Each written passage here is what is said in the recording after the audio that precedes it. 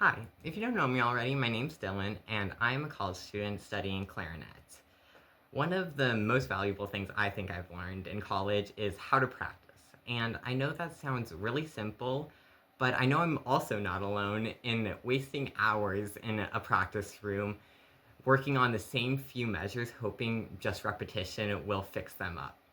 So if you're interested in learning how to play more music while spending less time in the practice room, stick around and I'll show you some practice exercises that I've been using to prepare for my next audition.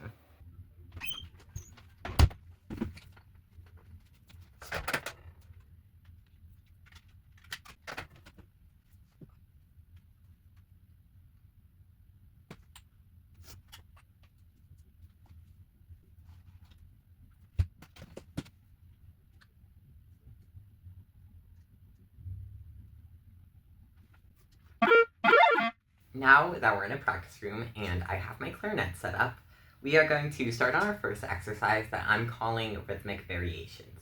And this exercise is great for if you have a lot of fast passages that you need to get under your fingers. And to demonstrate this exercise, we're going to look at movement 3 of 3 Smiles for Tracy by Adolphus Hailstork. And we'll be using this exercise on this measure here. As you can see, the measure is made up of running 16th notes, but we're going to make this easier on ourselves by utilizing 4 different rhythmic variations that you can see right now. Let's take a look at how this will work with the first rhythm variation. As you can see, it's a dotted eighth followed by a 16th note. To use this rhythm, instead of playing the measure like this, we are now going to play it like this. And what's great about changing the rhythm this way is that the long note gives us the opportunity to think ahead on how our fingers need to move for the shorter notes. So while you're on the dotted eighth, think about how you need to move from the 16th note to the next dotted eighth. And it'll sound like this.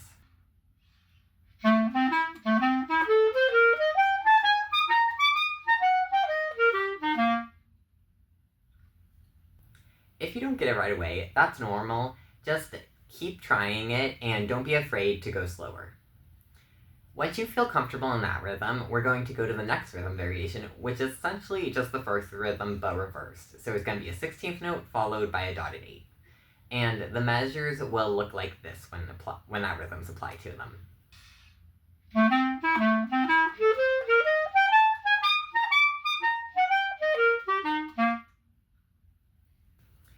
The next couple of rhythms are going to be a bit more difficult because there are more fast notes grouped together. But the same principle applies as the previous rhythms. When you're on the longer note, think ahead to what you need to do for the shorter notes. Let's try out rhythm variation 3.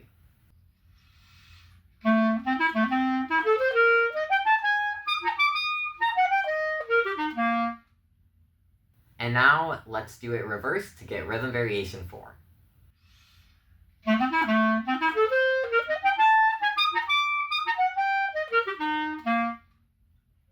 Now that we've done all the rhythm variations, let's go back to how it's originally written in straight 16ths and try playing it.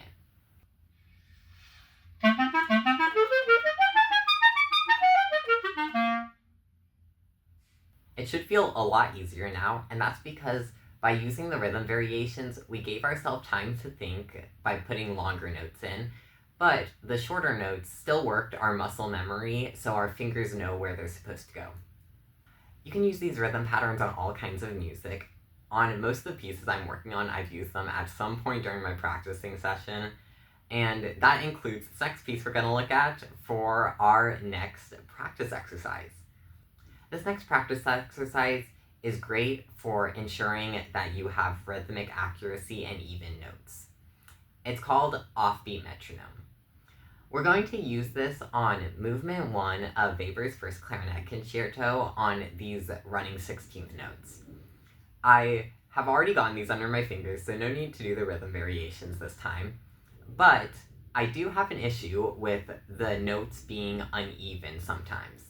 When we typically practice with a met, we have it on the downbeat, and with it on the downbeat, it's great at making sure our first 16th note lines up with the beat, but it doesn't do a great job of making sure that all of our other 16th notes are even and where they're supposed to be. So what we're going to do for this exercise is we're going to play with the metronome on the offbeat. So instead of lining up the met clicks with the first 16th note, we're going to be lining them up with the third 16th note. And this ensures that our third 16th note is falling evenly each time. It'll sound like this.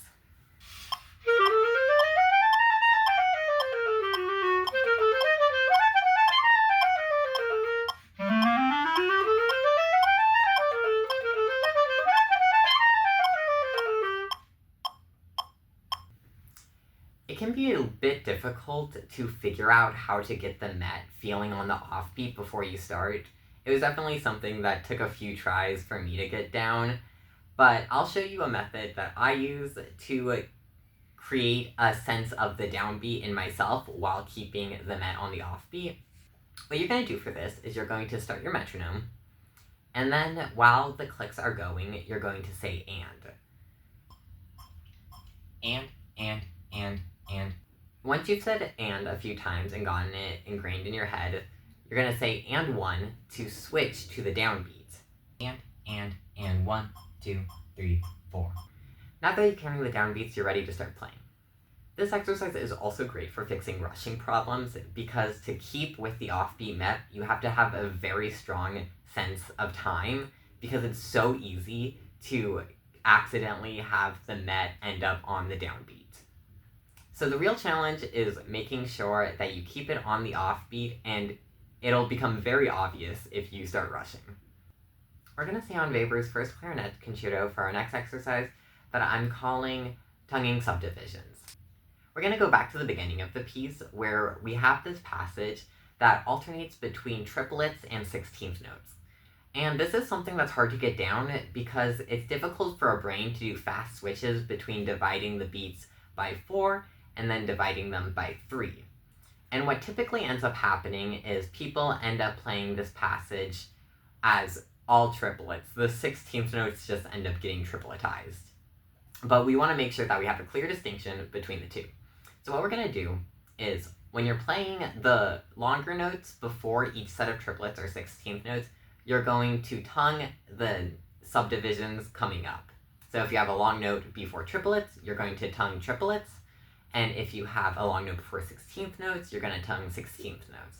So instead of looking like this, we're going to play it as if it were this. And it'll sound like this.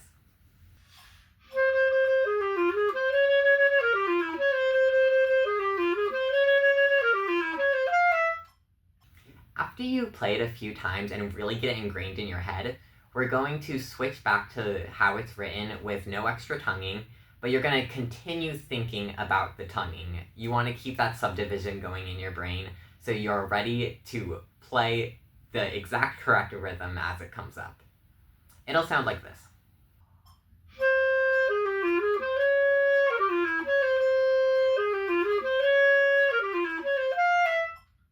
And voila! Now the 16th notes don't sound like triplets.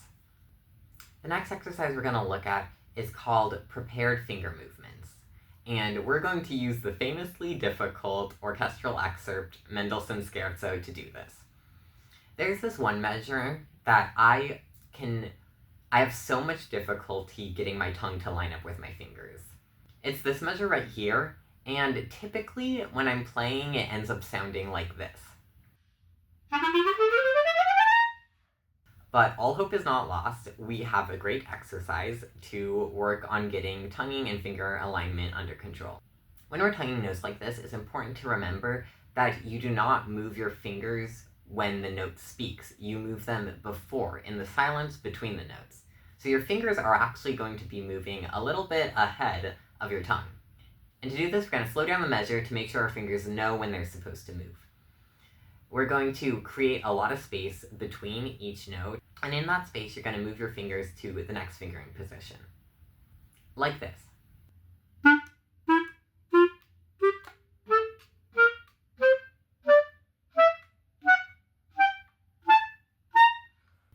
Now you can speed it up a little bit, still keeping plenty of separation between the notes, and you're going to still do the same thing, moving your fingers in the space between the notes.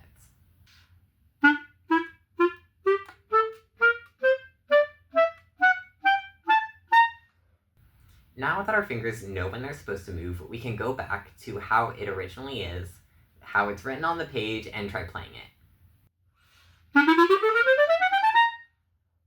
And there we go, it already sounds better. It's definitely something I still need to work on, but that's what practicing's for. That's all for the exercises I have today. Thanks for tagging along in my practice session, and I wish you good luck on your future practicing. Bye!